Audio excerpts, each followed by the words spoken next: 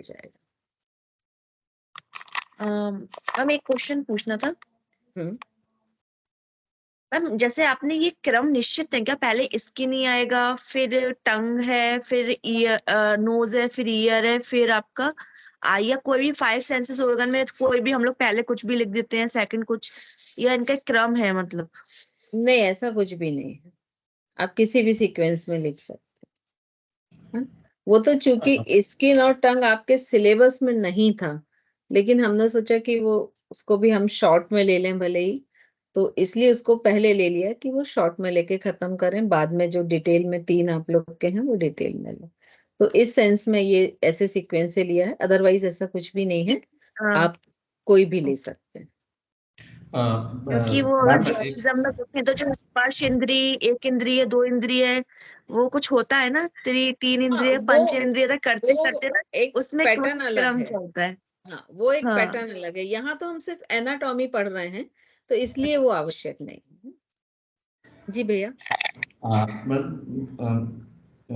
Madam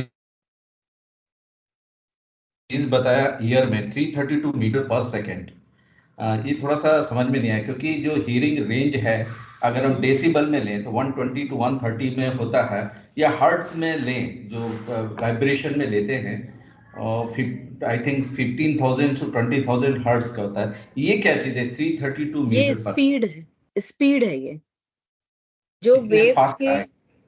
fast speed है, जी, इसलिए ये डिफर है। मीटर का जी, ये मतलब ये साउंड वेव की स्पीड इतनी होनी चाहिए। जी। ठीक? तो ये मोनिका? वाइब्रेशन से इसका फिर नहीं हुआ, स्पीड में? वाइब्रेशन से नहीं, स्पीड से है। एक्चुअली क्या होता है कि जब इतनी स्पीड से हम बोलते हैं तभी साउंड वेव क्रिएट होती है, मतलब इस क्षमता की साउंड वेव क्रिएट होती है कि वो दूसरे के कान तक पहुंच सके। सी जैसे अभी मैं इससे कम वॉइस कर लूं तो वो आपको सुनाई नहीं देगी, इट मीन्स उसकी स्पीड उससे कम है। तो ये इसका जो कंसर्न है वो स्पीड से है, कि जो साउंड वेव आप क्रिएट कर रहे हैं उसकी स्पीड कितनी होनी चाहिए। तो किस स्पीड से एक ज्यादा होने पर इरिटेटिंग हो जाएगी, उसके बाद अपन बहुत ज्यादा होगा तो पागलपन आता है, वो भी स्पीड से जुड़ा हुआ है या? हाँ, वो भी होना चाहिए, वो मैंने देखा नहीं लेकिन कि वो लिमिट क्या है, बट 100% वो भी होगी, क्योंकि एक अगर स्पीड अधिक होती तो हमको वो इरिटेट करने लगता है। इरिटेट। और उससे भी अधिक, जैसे अभी आप अगर देखें कि जो डीजे के बड़े बड़े बॉक्सेस होते हैं जो एक साथ 5-6 रख देते हैं, अगर आप उसके कभी पास से निकलें तो आप देखेंगे कि आपकी हार्ट बीट तक इफेक्ट हो जाती है, बिल्कुल हार्ट बीट में भी। तो 100% ये दोनों ही स्केल होंगे, कि अगर ये कम है तो अधिक है, वो अपन देख लेंगे, खोज लेंगे अपन मिलके, मैं देख नहीं पाई हूँ अभी। तो वो भी बिल्कुल डेफिनेटली होगी कि उससे ज्यादा स्पीड नहीं होनी चाहिए। थैंक यू नितिन, ये नया था ये 332, मैं और देखता हूँ इसमें। Thank you. नेट पे आई थिंक मिल जाएगी इसकी, मैम नर्वस मुझे भी सिस्टम बताइएगा मिल जाएगी तो। ये बिजली कड़कने के साथ इसको रिलेट करते हैं कि साउंड हमको बाद में सुनाई देती है, और इलेक्ट्रिसिटी क्योंकि फास्ट चलती है, देखिए स्पीड तो पहले चमक दिखाई देती है। वो सीधा ये है कि जो साउंड वेव है और जो लाइट वेव है, दोनों की ट्रेवलिंग की स्पीड डिफरेंट होती है। तो जिसकी फास्ट होगी वो हमको पहले रिसीव हो जाएगी, पहले जो स्लो होगी वो हमको बाद में रिसीव होगी। मोनिका जी पूछे। मैम थोड़ा कंफ्यूजन सिलेबस को लेकर है, क्या पूछ लूं अभी? बिल्कुल पूछ लीजिए। मैम क्या हमारा सेकेंड ईयर का सिलेबस एनाटॉमी के पॉइंट ऑफ व्यू से हुआ है? एक्चुअली पीछे 1.5 महीना मैं क्लास अटेंड नहीं कर पाई हूँ, और जो वीडियोस यूट्यूब पे आपकी अपलोडेड हैं वो उनको सुन के ऐसा लग रहा है कि वो सारा फर्स्ट ईयर का सिलेबस ही चल रहा है, जिसमें सारे सिस्टम्स को ही डिस्कस किया गया है। उसमें डिजीज में एक सिर्फ किडनी की डिजीज ही मेरे को मिली है, क्या और भी कुछ हुआ है?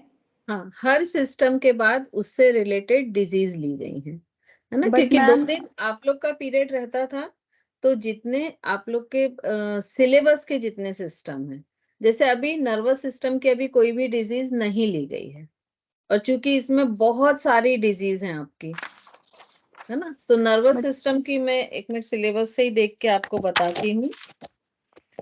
मैम जैसे एक्सक्रीटरी सिस्टम की मैंने वो सुनी है वीडियोस, तो उसमें अब जैसे फ्लॉटुलेंस आपने मतलब बोवल प्रॉब्लम, ये सिर्फ आपने नाम लेकर छोड़ दिया है, इसके बारे में कुछ भी नहीं ये बताया है। डाइजेस्टिव है एक्चुअली ना, तो ये अलग से होगा, क्योंकि अभी जो फर्स्ट ईयर में जो सिस्टम इन लोग को थे उनसे रिलेटेड जो डिजीज हैं वो बता दी हैं। डाइजेस्टिव सिस्टम फर्स्ट ईयर में नहीं है, और ये जो दोनों डिजीज हैं ये डाइजेस्टिव सिस्टम से रिलेटेड हैं।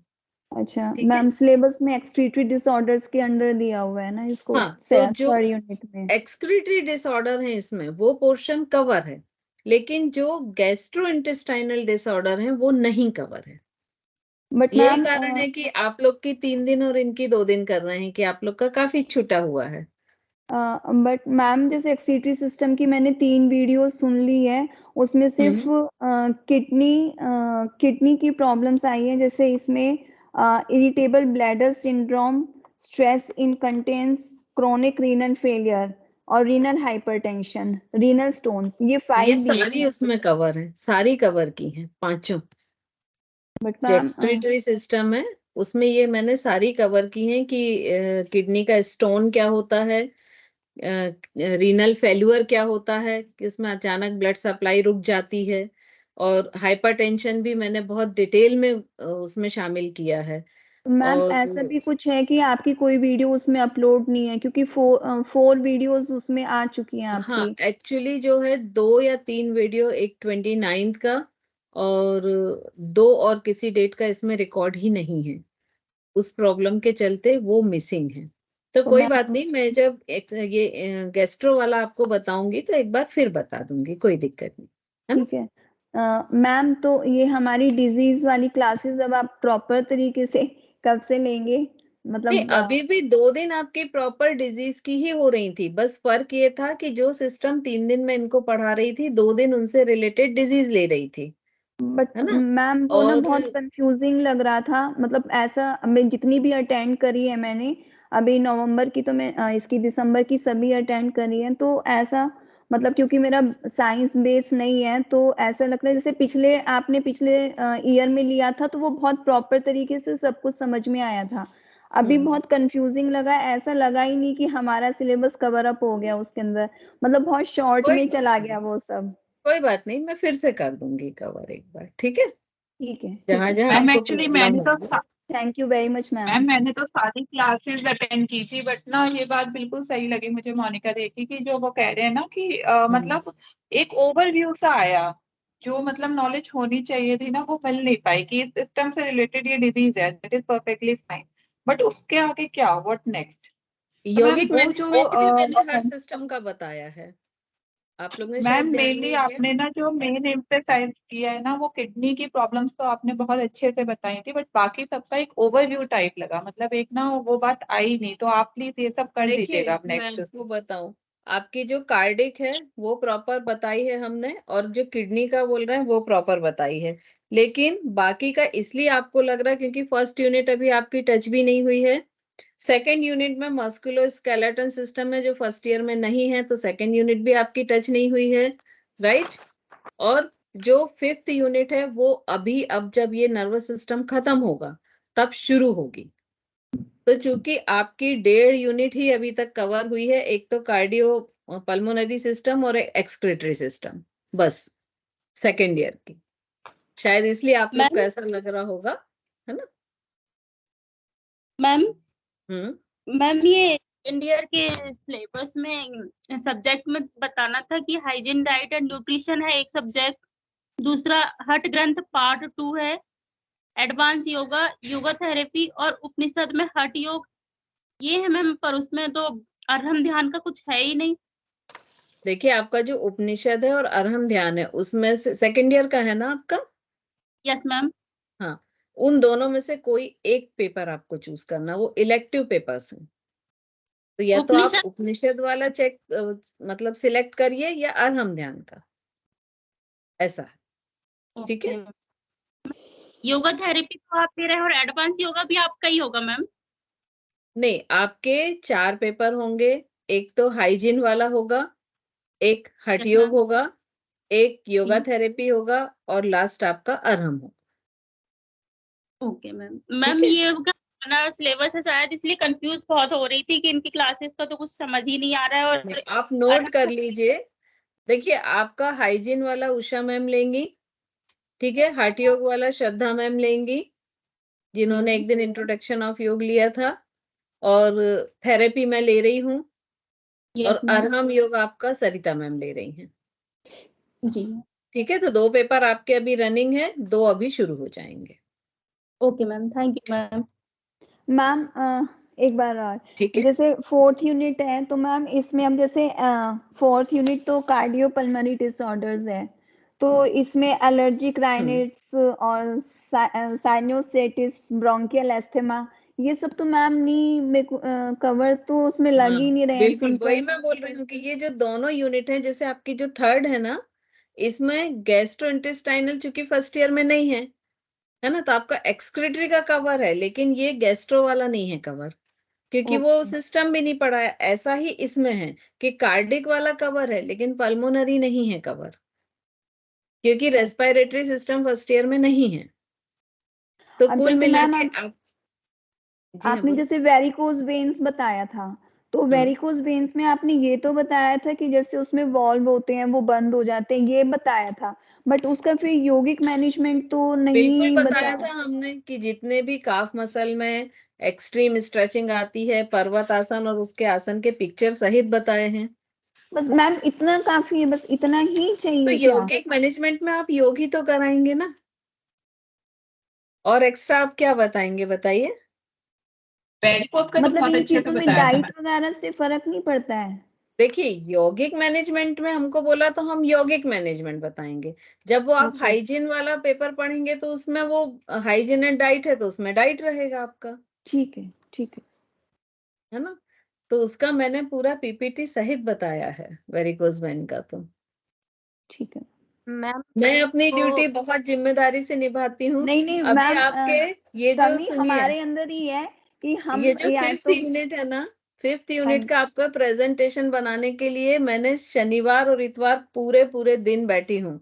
मतलब कम से कम 6-6 घंटे दोनों दिन काम किया, नहीं क्योंकि ये मैम प्रेजेंटेशन देखने में बड़े इजी लगते हैं, बट जब हाँ आप जी बनाए उससे कंसर्न चीज ढूंढने में बहुत टाइम लगता है बिल्कुल कि मैम, टू द नहीं पॉइंट आप मिले, सही चीज मिले, हाँ है ना? आपकी तो डेडिकेशन के लिए कोई पॉइंट नहीं है मैम, कमी हमारे अंदर ही है, हमारी मतलब नहीं बुद्धि नहीं, इस कोई मामले में बात मेरी नहीं। छोटी है, तो इससे देखिए, मेरे को थोड़ा कंफ्यूजन लग रहा है। पिछली बार मेरा अपने बहुत पास अच्छा देखिए गया था। अपने पास बहुत टाइम है।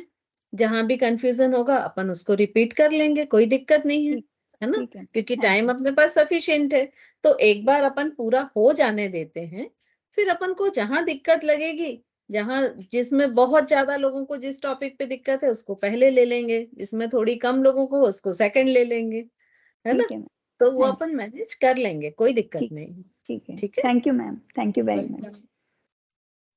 मैम मेरे को पूछना है मैम मेरे कि को भी एक क्वेश्चन जो पूछना, फोटो साइड। अगर question है एक एक तो करके उसमें सेंस पूछिए। मैम अगर नर्वस सिस्टम वाला क्वेश्चन लेते हैं तो उसमें हाँ ये सेंस ऑर्गन भी ऐड करने हैं। हाँ, नर्वस सिस्टम में आपके सेंस ऑर्गन है, लेकिन 3 है। आई थिंक 3 है, नोज, ईयर और आईज, ऐसे 3 नर्वस सिस्टम है आपके इसमें। दो मैम लिखना तो दो शॉर्ट में ही है। हाँ, आपके में 3 ही है। फंक्शन और स्ट्रक्चर ही है, नोज, ईयर और आई, है ना? तो अभी फंक्शन भी मैंने उसका बताया है और स्ट्रक्चर भी, दोनों चीजें बताई हैं। हाँ, जब तक आप इसको एक बार रिपीट नहीं पढ़ेंगे तब तक आप लोग को भी ऐसा लगेगा कि कुछ भी क्लियर नहीं है। जब मैं भी प्रेजेंटेशन बनाती हूँ ना, तो मुझे लगता है यार ये कैसे पढ़ाऊंगी, लेकिन आप लोग को पढ़ाते पढ़ाते मैं सीख जाती हूँ। ये प्लस पॉइंट है। तो ऐसे ही आप लोग जब दोबारा उसको पढ़ेंगे ना, तो ज्यादा अच्छे से क्लियर होगा वो चीज, क्योंकि नई चीजें रहती ना, तो थोड़े से एफर्ट हमको डालने ही पड़ते हैं। ठीक है, चलिए अब मैम खाली टाइम हो गया है। बस मैम उनको 4, मतलब मुझे 4 और 5 आसन में जो प्रैक्टिकल था वो थोड़ा कंफ्यूजन था, 4 है कि 5 है? 4, 4 आसन मतलब लिखने सब हैं। चीज को ठीक है, ओके, थैंक ठीक यू। है, और जिसमें मान लीजिए 3 ही मेंशन है तो फिर 3 ही लिखेंगे। ठीक है, चलिए मैम बस कल एक मिलते हैं। लास्ट, मैम बस एक अब लास्ट छोटा सा। सुनिए, क्योंकि दूसरी क्लास चालू होती है तो आप अपना नोट करके रख लीजिए, मैं कल जरूर आंसर दूंगी, क्योंकि ठीक है, कल हमारा बहुत छोटा सा है, सिर्फ आई ओके, हमको पढ़ना है, तो वो शॉर्ट टाइम में हो जाएगा। ठीक है मैम, ठीक है, ओके, तो आप हाँ, नोट करके लिख लीजिए, क्योंकि सेकंड क्लास के साथ मुझे थोड़ा मैच करना पड़ेगा, ठीक है, ठीक नहीं है, तो सरिता ठीक, मैम फिर नाराज हो जाएंगी मुझसे। ठीक है, है ठीक ना, है, हाँ, चलिए थैंक यू कल मैम, मिलते हैं। Thank you so much okay, ma'am. जय जिनेन्द्र। थैंक जय you ma'am, Jinendra. Thank you so जय much. Jinendra ma'am. Thank you जय मैम। जिनेन्द्र मैम। मैम